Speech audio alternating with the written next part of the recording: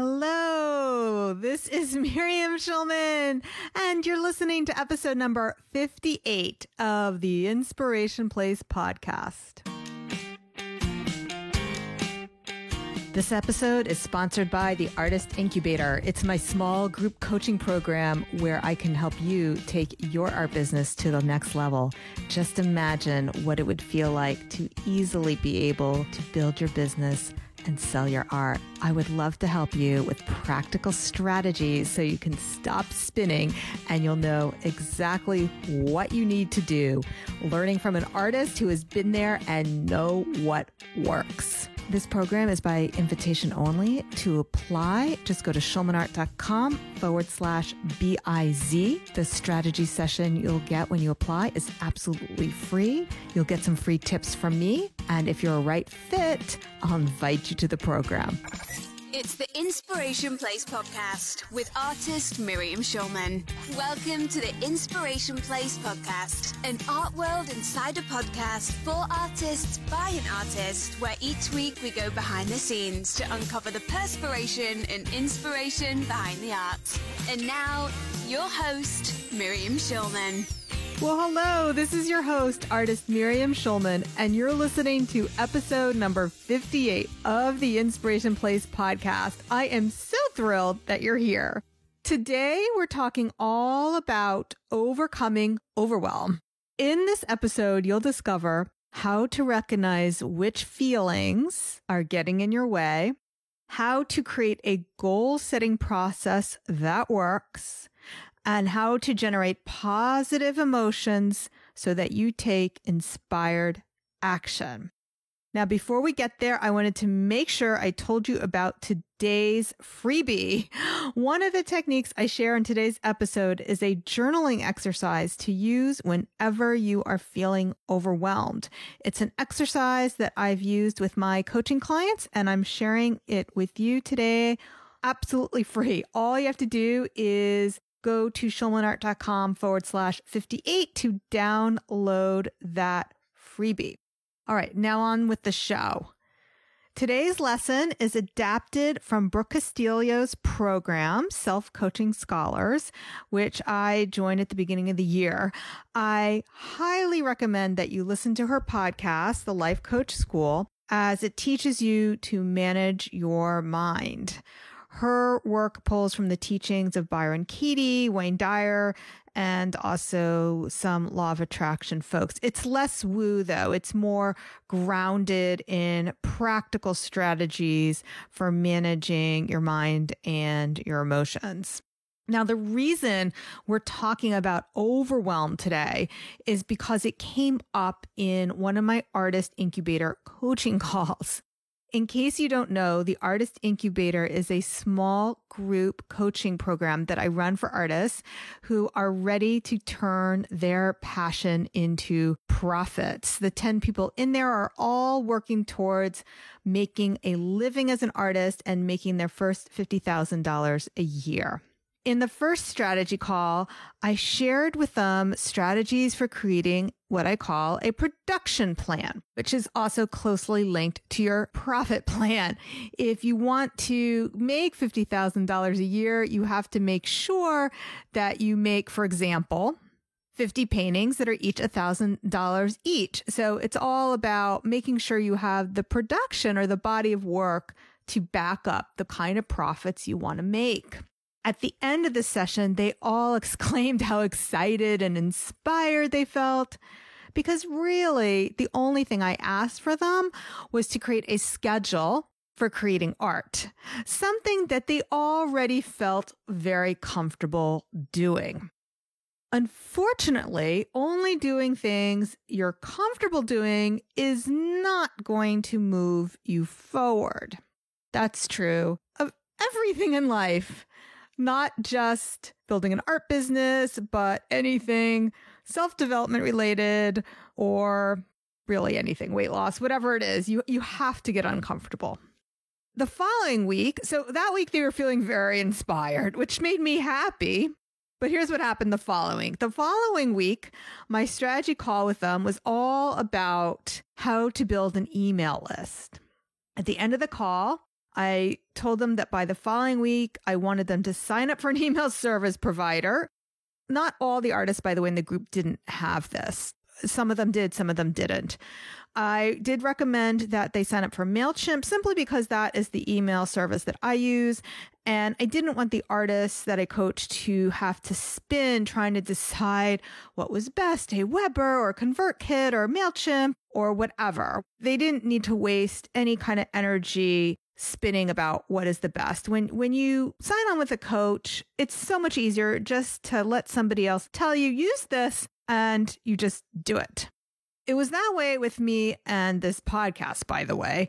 I asked just one or two people that I trusted what microphone and soundboard to get, and I just went with it. I didn't spend weeks analyzing which one to use. I do have a friend, actually, kind of think of it was one of the same friends who recommended the microphone, but he spent so much time analyzing whether to use Zencastr or Zoom, and then what format the show would be. And I don't think he ever ended up putting out the podcast.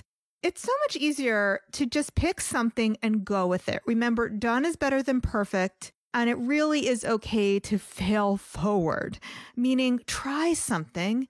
If it's not the right thing, if you make a mistake, at least you're taking forward action. As a year later, I do have this podcast and my friend still doesn't, which was really a shame because he's holding back in sharing his gifts with the world. You might be holding back on your gifts as well. Now, I do also want to warn you that don't think this isn't for you if you are not interested in building an art business, because no matter what it is, whether it's creating a painting or building a business or doing something else, think about how many times fear holds you back. That was probably the number one reason people told me that they hadn't tried painting portraits yet, is they were scared to. Definitely, these emotions stand in the way just in your art making. So even if you're somebody who paints for fun, this episode is still for you. So at the end of the Artist Incubator coaching session, when I told everyone, go sign up for an email service provider, I thought it was a pretty simple thing to ask them to do, but it turned out to be a big roadblock for many of them. And they admitted they were feeling really overwhelmed. That was the word they used, overwhelmed. And I'm not so sure if perhaps one person's overwhelm encouraged the other, and I probably didn't do a good job of shutting that down. So what happened was I left the call knowing I had work to do with my artists.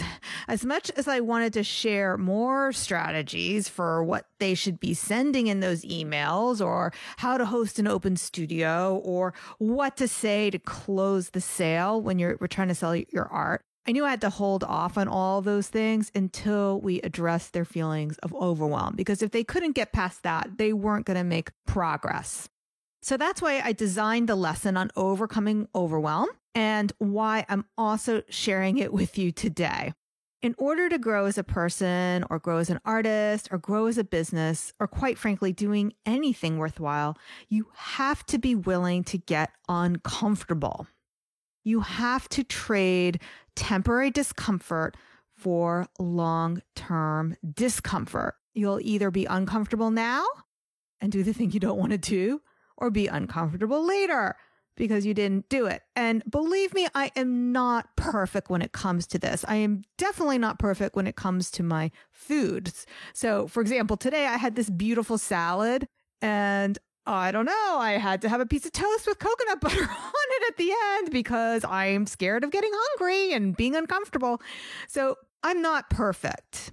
There are other areas where I know that I am more comfortable being uncomfortable than other people are. So I do acknowledge that, and I do see you and know that I have compassion for where you are now, because I have these feelings just in different areas of my life. Now, let me give you another example. Let's say you want to get stronger at the gym. You have to choose weights that are going to challenge your muscles. Like I said, if you want to lose weight, you can't just eat whatever you want and expect it to happen. You have to be hungry or uncomfortable. And the same thing is true for growing a business or just creating your art. You have to take risks and do things that make you uncomfortable. Part of what's scary when you're creating is you don't know how it's going to come out. Now, the trick is not to indulge in these negative emotions you may be feeling that's going to stand in your way of taking action, whether that action is putting that mark to your paper or adding a color or offering your art for sale. As Matisse said, creativity takes courage. And if you want to actually profit from your passion, it takes even more courage. And here's the thing. I know that a lot of people say, oh, it takes money to build a business. You can't make money without money, or whatever, however that saying goes. But really what I like to say is it takes courage to build a business. I face these fears as well, not just with my eating, but also my business. There are some things that no longer scare me because I've had years of experience facing down those fears and doing it anyway. It's not that you won't be scared. It's just that you do it anyway. Years of emailing people. When I first started out, it would drive me nuts looking at my unsubscribes, which I don't look at anymore, and you shouldn't either. Or worse, people will write back to me and explain to me exactly why they're unsubscribing or why they don't like me. And honestly, it does not bother me anymore. It absolutely doesn't. I remain totally neutral to the outcome. If people don't love what I'm offering, that's fine. They can unsubscribe. Now, I've had years of practice of doing that, but there are other things in my business that still scare me. For example, going live on Facebook or doing a masterclass or launching a new class. These things still scare me, but not so much that I don't do them. And then there are the things that I haven't done yet because fear does get in the way. I may tell myself a story of a different reason why I'm not doing it. I might tell myself, oh, it's just not part of my business model. It's not a good time to write a book. Maybe I'll do that next year. But when I'm 100% honest with myself, I know that really that's fear talking. And fear is not the only negative emotion that stands in our way. The most common negative emotions that can interfere with your productivity are confusion, doubt, self-pity, fear, and of course, overwhelm. And what I see happen with a lot of artists is what happens is that the fear kind of drives the other issues. Like they're afraid of doing something, so they'll tell themselves, well, I don't know how to do this. I'm confused about what to do. Or they doubt that a strategy is going to work. So these are kind of interrelated, and fear is definitely, I feel like that's fear and doubt are the overarching emotions that sometimes cause these other emotions. And sometimes the confusion really is because you just don't know what to do, but you don't have to stay and indulge in those emotions. These emotions do not serve you and they lead to inaction. So it's best not to indulge in them. Now, if this concept of managing your mind and your emotions are new to you, you might still believe that emotions are the result of our circumstances. But that is hardly the case. Researchers have shown that circumstances only account for about 10% of our happiness. If you want to learn more about that, I highly recommend you read The How of Happiness. I'll probably butcher her name, but I'll give it a shot. Sonia Lyubomirsky. Excellent book. She also shares, based on research in that book, that the rest of our emotions are governed by nature, which accounts for about 50%, so your propensity to be happy or not. And the other 40% is fully under our control, which is actually a big part of that pie. Now, in order to move forward, you do have to wrestle with your negative emotions. And the first step in that is to recognize your involuntary emotions you might be having and to identify the thoughts that are causing that emotion. But here's the thing. You do get to choose your feelings. Think of feelings like clothes in your closet. You get to choose to think and feel whatever you want. You are the only one who thinks in your mind. Feelings are just a vibration in our bodies, and we actually can control our feelings with our thoughts. Here are some positive emotions that I suggest you try on for size. Committed, excited, empowered, disciplined, willing, dedicated, inspired, motivated, confident, brave, and I bet you can think of others. This is why people practice affirmations. Now, when it comes to doing something scary, let's just use the example of creating an email list. You can create an affirmation around it, and it might go something like this. I am inspired to create an email list because I'm excited to sell my art. See what I did there? What I did was I created a phrase, and it goes like this. I am positive emotion to take action because I am positive emotion to get a desired result. I am willing, this is an example, I am willing to ask people to join my email list because I'm committed to building it. Now, sometimes your result is not going to be your desired result. You have to ask many people to join your email list and know that not everyone is going to want to be a part of that, and that's okay. Here it goes. I am willing to be rejected because I know it's the price I have to pay to build my art career. I'm willing to make a bad painting. I'm willing to be a bad artist in order to become a better artist. See what I did there? Here's an exercise you can try right now. Now, if you're driving in your car, you'll have to wait till you get home, but you can always listen to this podcast again. But if you're not, pause this recording and take the time to actually do it. Don't worry about where you are recording your thoughts. Don't let perfectionism of needing some sort of pretty journal stand in the way of doing this exercise. Okay, so here is the process for what you can do to stay focused on a goal. When you think about the work you need to do to reach your goal, take some time to write down how that is making you feel. Be honest with yourself. This is kind of like the artist way, where you're just going to do a brain dump of what you're truly thinking and feeling. And this is just a great way to clear the cobwebs of your mind. Now, the goal can be a creative goal, like make a painting or create a collection of photography, whatever it is for you. But it could be a personal one, and it could be a business one. Do whatever you feel called to do at this moment. Don't judge yourself. So that's step one.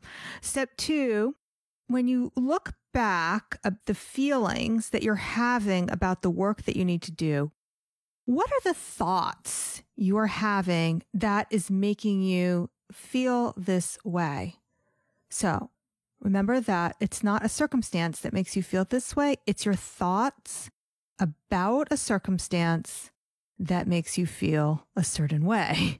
So the thought could be you don't know how to do the thing. The thought could be you think you're going to be rejected. Whatever the thought is, try to go deep, take some time, and think about it. That's step two. So this is just getting clear and honest with yourself. Then step three, what are the positive emotions that will help you move towards your goal? So remember the emotions that we talked about before: willing, dedicated, inspired, motivated, confident, brave, empowered, smart, whatever it is you need to feel, that's the emotion that you're going to vibrate on. Now, I did create a one-page PDF download to help you out with these exercises. Don't forget you can grab that at schulmanart.com/58. When you choose a positive emotion, it's going to lead to inspired action. Really, that is how law of attraction works. It's not just about meditating on feeling inspired. It's about feeling inspired, and then doing the thing that you need to do. That is how you apply the work on a daily basis.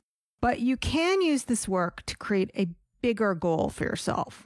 Here is how that might look. You're going to choose a goal. And for our purposes, make it a short-term goal. Make it perhaps a 30-day goal or even a 90-day goal, but no longer than that. And just one thing. And you're not allowed to change your mind.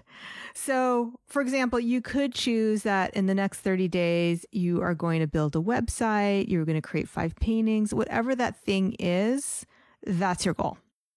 Now, in your journal, write the goal down and write it in that SMART goals framework. So by certain date, I will have completed and created this goal, and I'll know that I'm done because of measurable outcomes. So here is an example. By October 30th, I will have created my artist website. I'll know that I'm done because I will be able to post the URL on Facebook or on Instagram. Maybe you're going to tag me. I don't know. So pick something that makes you a little bit uncomfortable. If it doesn't make you feel uncomfortable, then it's not a goal. It's just a to-do item. Now, here are some more questions you can use as journal exercises that will help you create the right mindset for this goal. Why do you want to achieve this goal? Why will you do it no matter what? No matter how hard it gets, why are you going to do this? And who's going to hold you accountable?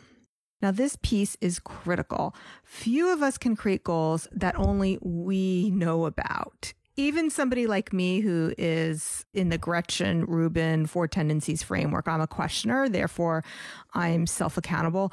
I still work with a business coach and I belong to a mastermind because it's really helpful to check in. What I find powerful about it is when I achieve it, I like to have somebody to celebrate my wins with. It's really far more powerful to find an accountability buddy or a coach or a group support program that holds you accountable for reaching your goals. That's why programs like Weight Watchers work so well. Oh, and that's why the Artist Incubator program is so powerful for my members. So yes, emotions get us stuck, but often you just need to turn to an expert, somebody who has gone before you to make the whole process easier and light the way. So even though emotions get you stuck, sometimes there really is a how do you do this problem that might be keeping you stuck, or you doubt that a certain strategy might work. You really need somebody to comfort you that, yes, this is going to work. Somebody who's gone before you and done it. That's the type of mentor to look for. Now, I share much of what I know on this podcast, absolutely free to you. I don't hold anything back. Perhaps you can hold yourself accountable and figure all of this out on your own.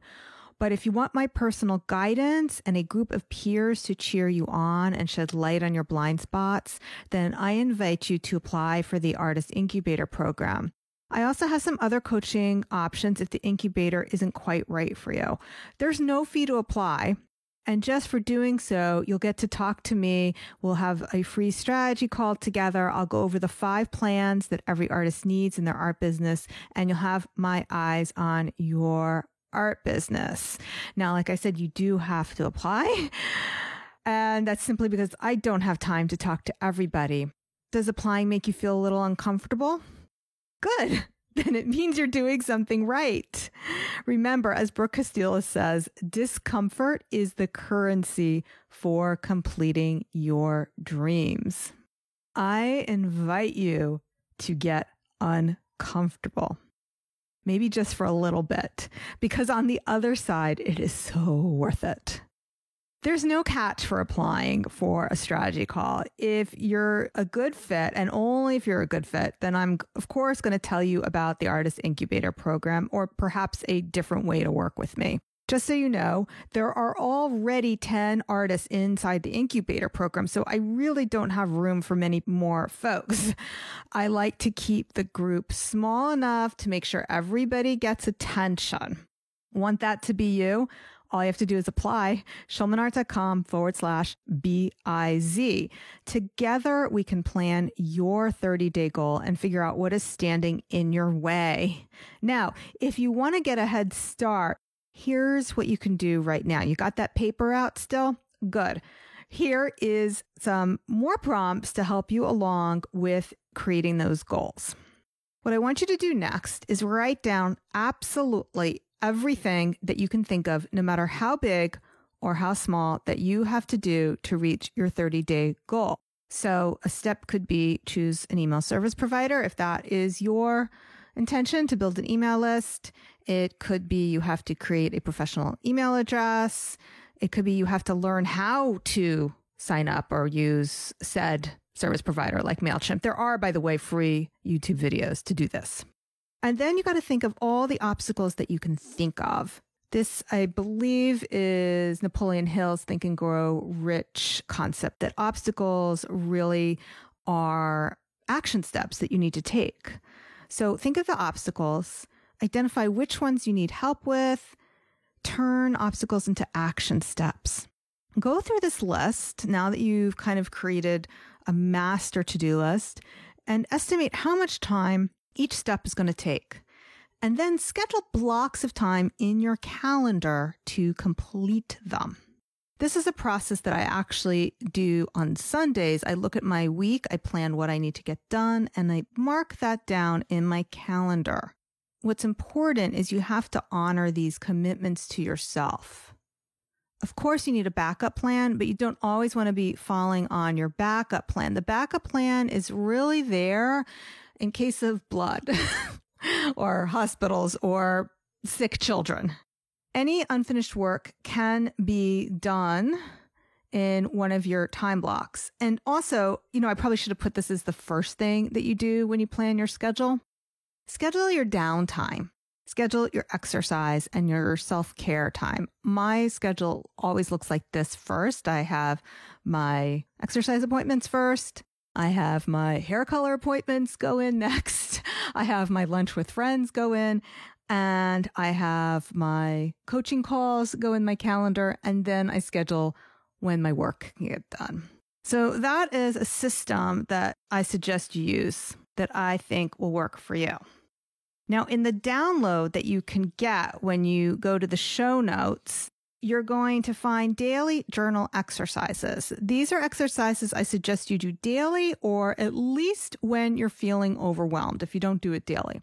The first thing you do is you write down what you accomplished yesterday. It's always important to celebrate your wins and stay in that positive space of gratitude. Thinking about what you accomplished is always going to make you feel more positive.